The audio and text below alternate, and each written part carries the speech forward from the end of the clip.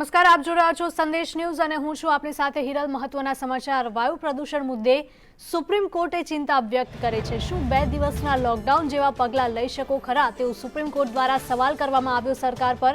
ત્યારે દિલ્હીમાં વાયુ પ્રદૂષણથી અતિ ગંભીર પરિસ્થિતિ સર્જાઈ છે તેવું સુપ્રીમ કોર્ટે કહ્યું હતું।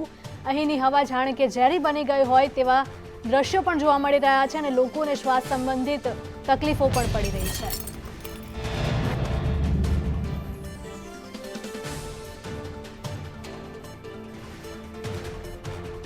दिल्ली से अजय यादव लाइव जोड़ा गया है વધુ વિગતો સાથે। अजय, जानकारी दीजिए कि अभी दिल्ली में AQI कौन से स्तर पर है?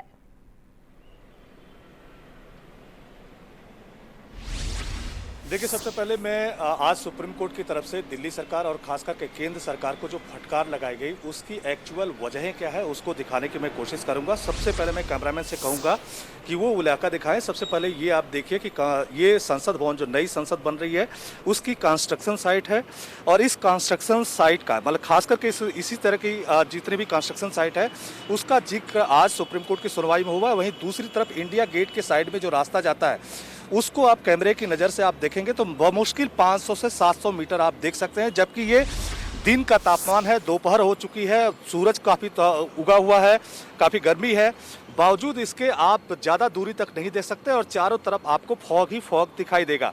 और ये जो एयर क्वालिटी इंडेक्स इस एरिया की अगर बात करें तो 471 के करीब है। यानी जो नॉर्मल AQI होता है वो करीब 200 के नीचे होता है, जिसको स्वास्थ्य के लिहाज से अच्छा माना जाता है।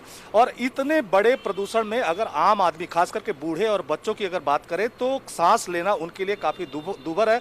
जबकि नौजवानों को भी काफ़ी प्रॉब्लम हो रही है, उनकी आंखों में जलन तक की शिकायत हो रही है।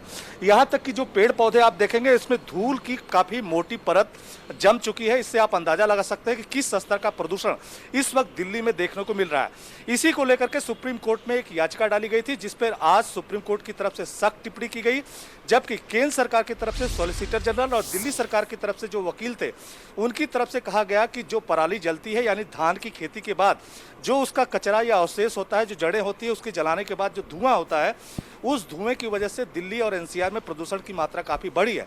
इस बात को लेकर के सुप्रीम कोर्ट इतना नाराज हुआ कि सुप्रीम कोर्ट ने कहा कि जो पराली से जो धुआं हो महज 30% होता है, बाकी 70% के लिए आप लोग क्या कर रहे हैं। और हर बार की सुनवाई में देखने में आता है कि आप लोग किसानों को ही जिम्मेदार ठहराते हैं, जबकि कंस्ट्रक्शन साइट है उस पर अभी तक रोक नहीं लगी हुई है। यहाँ तक कि जो गाड़ियाँ चल रही हैं उससे जितना धुआं उठ रहा है और भी कई सारे कारण हैं, उद्योग धंधे हैं, उस सब को लेकर के जो प्रदूषण बढ़ रहा है उसको लेकर के आप लोगों की तरफ से क्या किया जा रहा है।